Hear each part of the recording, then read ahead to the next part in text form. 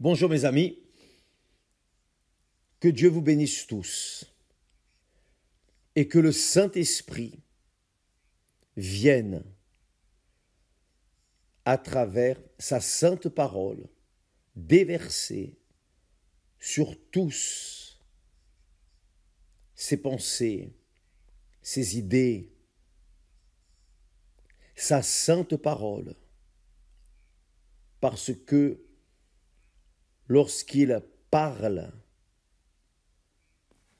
lorsque Dieu parle, les choses arrivent. Le saviez-vous? Lorsque Dieu parle, les choses arrivent. Une parole, une unique parole change votre vie. Là, vous qui me regardez en cet instant, votre vie se transforme comme l'eau en vin. Parce que la parole de Dieu jamais ne reste sans effet. Mais elle accomplit, elle réalise ce qui lui plaît, ce qui plaît à Dieu. Bien, nous parlions hier du cœur de Salomon,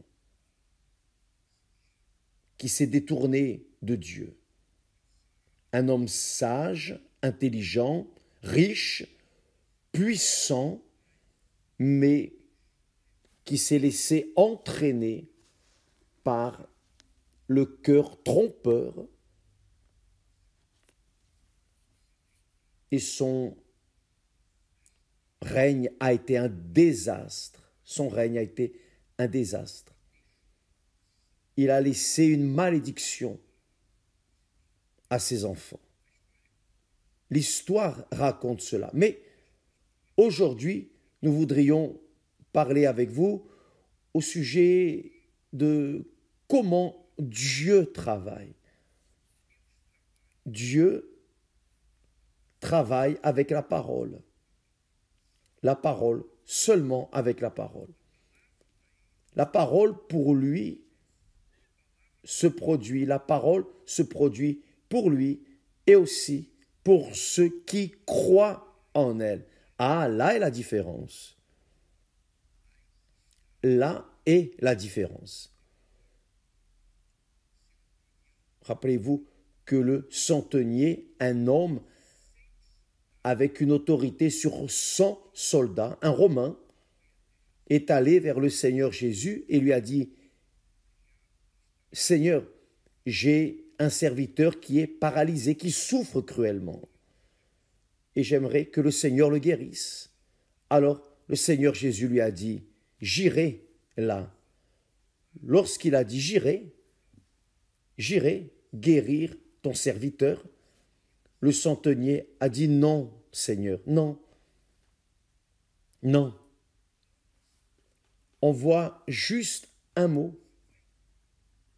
Non, tu n'as pas besoin d'y aller. Dis juste un mot et mon serviteur sera guéri. Un mot, une parole, une parole.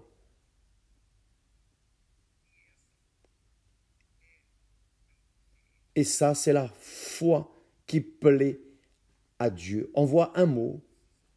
Il n'a pas eu besoin de voir de signes. Il a cru dans l'autorité suprême, excellente de notre Seigneur Jésus-Christ.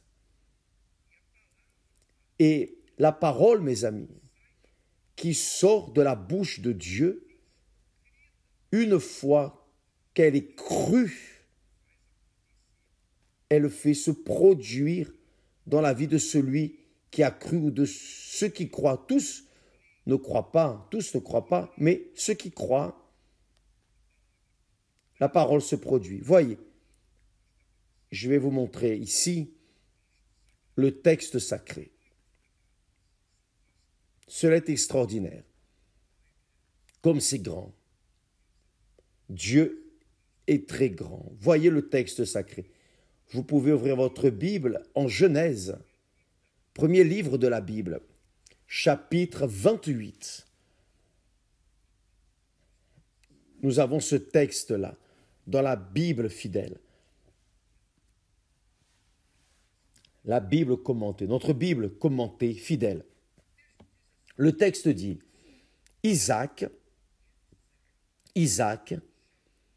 appela Jacob, le bénit. Isaac appela Jacob, le bénit. C'est-à-dire Isaac, le patriarche Isaac, fils d'Abraham et Sarah, a béni Jacob. Faites attention, s'il vous plaît. Et lorsqu'il a béni Jacob, il ne lui a pas béni, tiens, prends ça, prends de l'or, de l'argent, tout ce que j'ai, tu peux l'emmener avec toi. Va-t'en, va dans le pays où Dieu te dirigera. Non. Isaac appela Jacob, il l'a béni avec la parole, seulement avec la parole. Voyez, faites attention. Isaac appela Jacob, le bénit et lui donna cet ordre. Tu ne prendras pas une femme parmi les filles de Canaan. C'est-à-dire, d'abord, Isaac bénit son fils, maintenant premier-né, Jacob. Ensuite, il lui donne un ordre. Ce n'est pas une suggestion, ce n'est pas une idée, mais c'est un ordre. Il ordonne,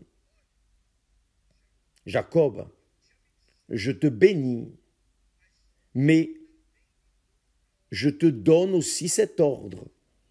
Tu ne prendras pas une femme parmi les filles de Canaan. Donc, il a béni avec sa parole. Jacob, Isaac a béni Jacob. Ensuite, il lui a donné un ordre, une parole.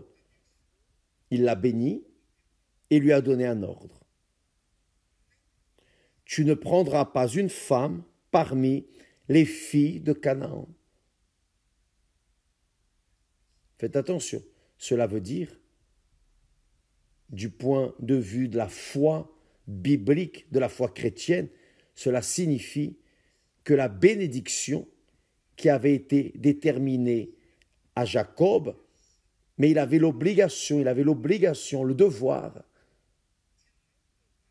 de ne pas prendre une femme parmi les filles de Canaan, c'est-à-dire parmi les filles de peuples étrangers dont les dieux de pierre, de bois, de métal faisaient partie de leur vie quotidienne. Ces femmes devaient être complètement ignorées. Ils ne pouvaient pas prendre, parce que sinon, cette femme ou ces femmes viendraient détourner la foi, détourner le cœur de Jacob. Donc, cela est si sérieux, si fort, si visible, si clair, parce que, pour moi, moi personnellement, lorsque j'ai été béni par Dieu, j'ai aussi eu cette conscience de ne pas me marier à une jeune qui n'aurait pas le même Seigneur que moi, qui n'aurait pas le même Dieu que moi, qui ne serait pas née du même Père éternel que moi. Ce n'est pas une question de religion. Ah, je ne vais pas me marier à Esther parce qu'elle a une autre religion. Non, c'est une question de foi. C'est une question de foi dans la parole de Dieu. Si elle n'a pas le même esprit que moi, alors je ne vais pas me marier. Car la religion, tout le monde en a une. Le fait est que tous n'ont pas le même esprit ou l'esprit de Dieu. Et avoir l'esprit de Dieu, c'est avoir la bénédiction de Dieu. C'est ça que je comprends ici, que je vois ici. Quand Jacob a été béni par Isaac, il a reçu non le baptême du Saint-Esprit, mais il a reçu la bénédiction du Saint-Esprit, la bénédiction de Dieu. Et il ne pourrait pas se marier, s'unir, s'allier, s'associer à des femmes ou à une femme qui aurait un autre esprit, une autre foi, un autre Dieu.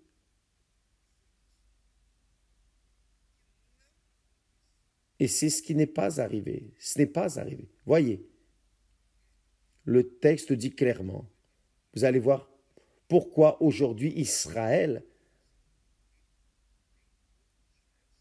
même le peuple d'Israël ne s'entend pas. Ils ne s'entendent pas. Les fils d'Israël ou Israël ne s'entendent pas. Donc vous allez voir ici, ça commence là, la confusion commence là.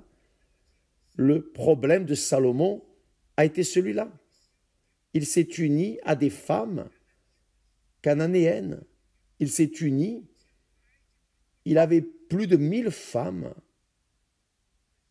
et toutes complètement contraires à la foi que ses parents lui ont donnée, que David lui a donnée. Donc Isaac a appelé Jacob et l'a béni et lui donna cet ordre. Tu ne prendras pas une femme parmi les filles de Canaan. C'est le premier ordre qu'Isaac lui a donné. Et ensuite il a dit, lève-toi, va à Padan Aram, à la maison de Bethuel, père de ta mère, et prends-y une femme d'entre les filles de Laban, frère de ta mère, c'est-à-dire que la bénédiction que Jacob était en train de recevoir était si grande, si glorieuse, que Jacob ne pourrait jamais, en aucun cas, s'unir à 2 femmes, à 3 femmes. Il ne pouvait pas, ça ne pouvait pas être une femme quelconque, il fallait qu'elle soit de la famille de Dieu. Pourquoi? Pour qu'il ne se détourne pas de la foi. Pour que la bénédiction de Dieu ne soit pas perdue. C'est cela même. Il s'est marié, nous allons voir cela maintenant. Dans le cas de Jacob, lorsqu'il a désobéi à cette parole, alors il a moissonné les fruits. Il a moissonné les fruits de sa désobéissance. Voyez, Isaac a béni Jacob et ensuite lui a donné un ordre. Tu ne prendras pas une femme parmi les filles de Canaan. C'est comme par exemple,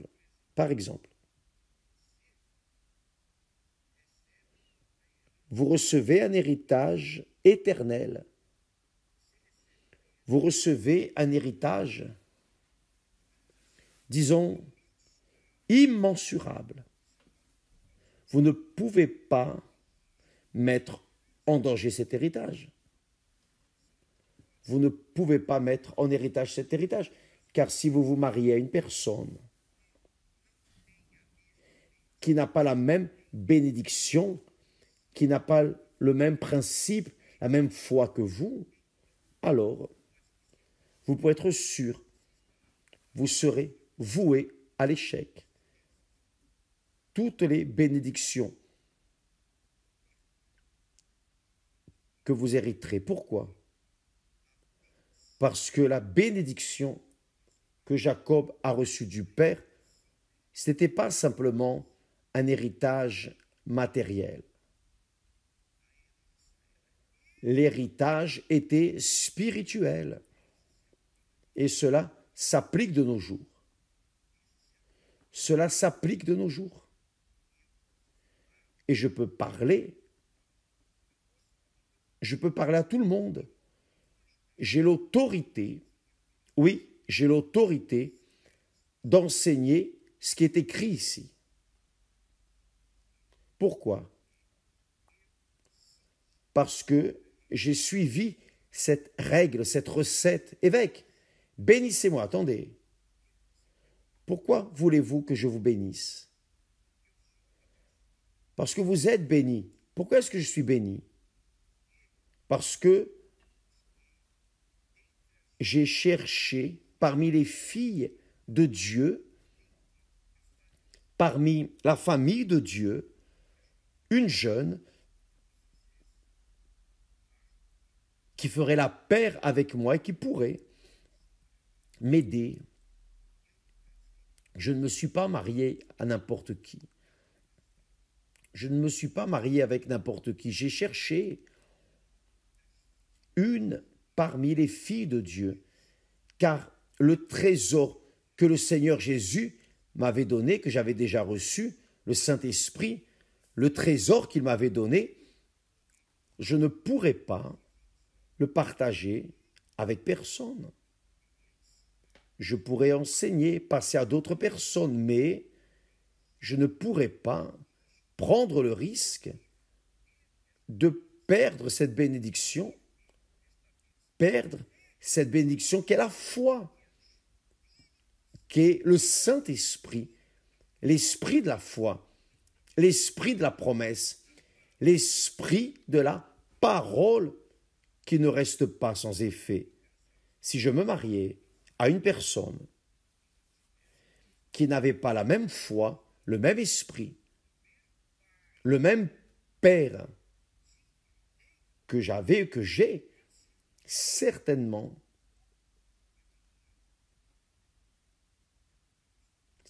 que j'allais me détruire, j'allais perdre la foi, la vision de Dieu.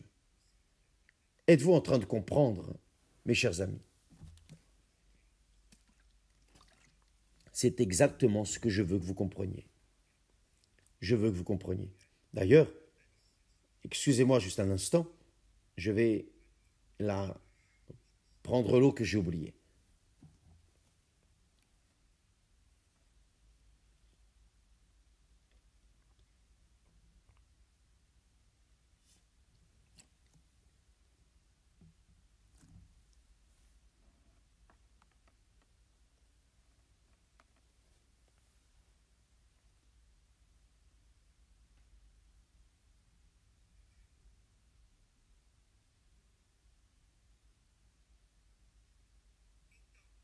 Bien.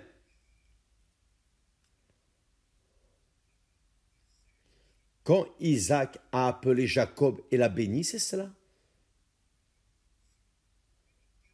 Quand Dieu nous appelle et qu'il nous bénit, c'est la bénédiction qu'il nous donne. C'est le Saint-Esprit. C'est la bénédiction des bénédictions.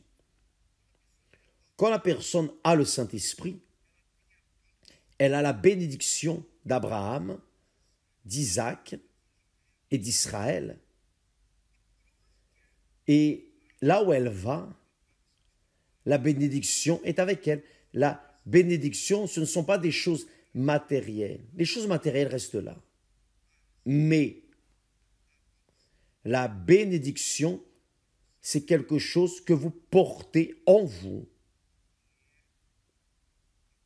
qui est la présence du Tout-Puissant. Là, il est écrit, Isaac appela Jacob, le bénit et lui donna cet ordre.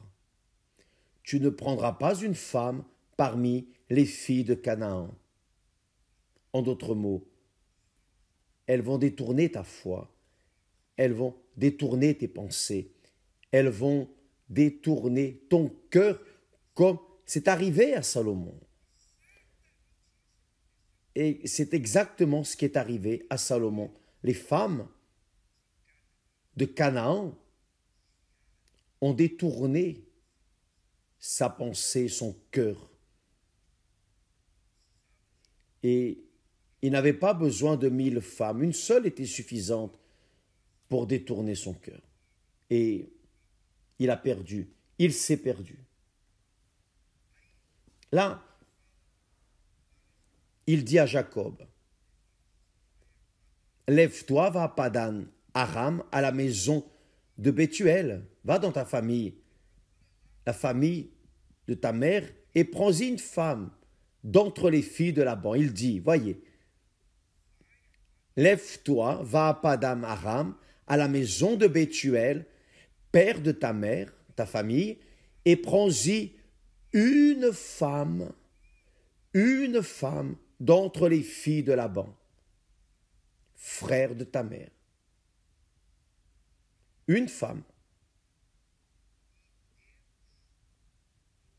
Que le Dieu Tout-Puissant te bénisse, te rende fécond et te multiplie, afin que tu deviennes une multitude de peuples.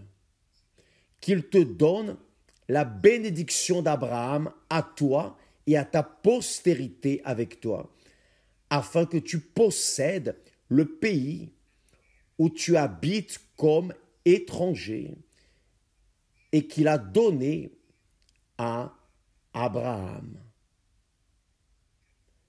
Je veux focaliser ici ce texte, le verset 2, lorsqu'il est dit « Lève-toi, va à Padan Aram, à la maison de Bethuel, père de ta mère, et prends-y une femme d'entre les filles de Laban. » Et qu'est-il arrivé? L'histoire montre, si vous lisez le texte, si vous continuez de lire, le chapitre 28, 29, 30, vous allez voir que Jacob avait la bénédiction de Dieu. Mais lorsqu'il est arrivé à la maison là de Bethuel, il a pris non une femme, il a pris 4 femmes. Il s'était pris de Rachel et il a payé le prix pour elle. Sauf que le jour du mariage, lorsque la nuit était obscure, son beau-père lui a donné Léa comme épouse. Et le jour suivant, il a découvert que Léa, que cette femme, n'était pas celle pour qui il avait payé le prix. Parce qu'à cette époque, selon son beau-père, nous ne marions pas nos femmes, la deuxième avant la première. D'abord, tu dois épouser la première. Donc, Jacob aurait pu rester seulement avec Léa, mais il s'était pris, son cœur s'était pris de Rachel. Rachel n'était pas la femme choisie par Dieu pour lui. Il ne savait pas. Il ne savait pas, mais son cœur s'était pris pour elle. Mais une fois, s'il avait obéi à son père et qu'il avait juste pris une femme, alors il resterait heureux, joyeux avec Léa. Il n'aurait pas eu autant de problèmes qu'il a eu. Il a eu des tas de problèmes. Jusqu'à aujourd'hui, le peuple d'Israël a des problèmes à cause de cela. Parce que Jacob s'est marié à Léa. Léa lui a donné 6 enfants et une fille. Les fils de Léa ont été les principaux de Jacob. C'est Judas qui a engendré le Seigneur Jésus. De la tribu de Judas a été engendré le Seigneur Jésus. De la tribu de Lévi sont venus les sacrificateurs. Donc, voyez, le Seigneur Jésus et les sacrificateurs sont venus de Léa. Pourquoi? Parce que Léa a été la première épouse, même si son cœur ne s'était pas épris d'elle, mais de sa sœur. Mais c'est elle, exactement elle, qui a engendré les principaux enfants. Sauf que Jacob a engendré des enfants avec elle et avec Rachel. Rachel engendrait un fils. Et au-delà de ces deux, il a engendré des enfants avec ses servantes respectives. C'est-à-dire, Jacob a construit une grande famille, 12 tribus, 12 hommes, 12 tribus, mais 12 tribus, pas d'une seule femme, comme son père avait déterminé, mais de plusieurs femmes, 4 femmes, car les servantes, aussi bien de Léa que de Rachel, ont aussi été obligées à coucher avec Jacob pour engendrer des enfants pour elles, pour les maîtresses, les patronnes. Et alors, l'enfer a commencé. L'enfer de Jacob. Jacob portait la bénédiction. Nous allons voir ici le texte. Isaac appela Jacob le béni. Quelle a été la bénédiction? La parole. N'oubliez pas ça. La bénédiction, ça n'a pas été des bijoux, l'héritage. Non. La bénédiction a été la parole de Dieu, le propre Dieu,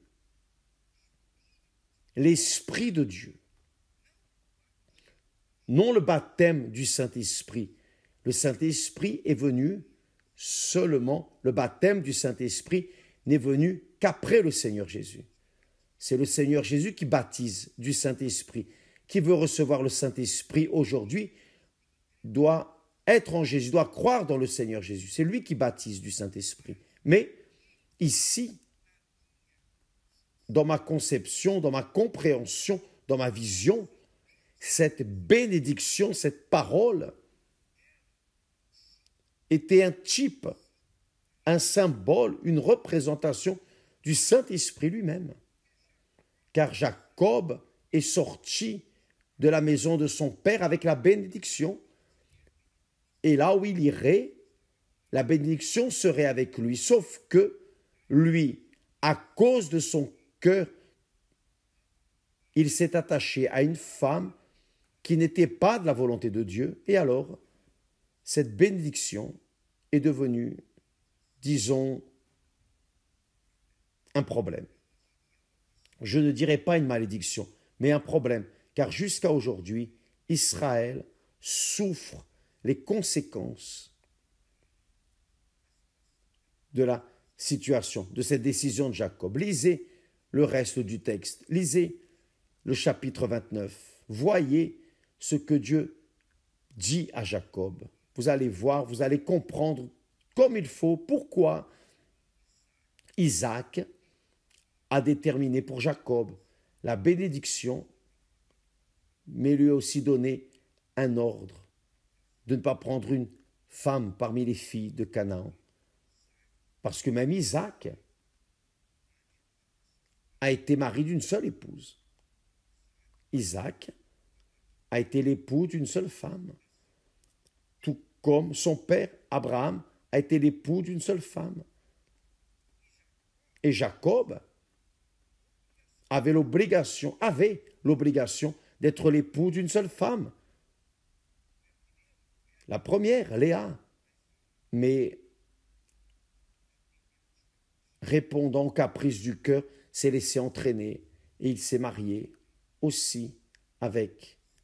Il s'est enveloppé avec les 4 femmes et a engendré des enfants avec chacune d'entre elles. Et là, la famille a été une famille problématique. Imaginez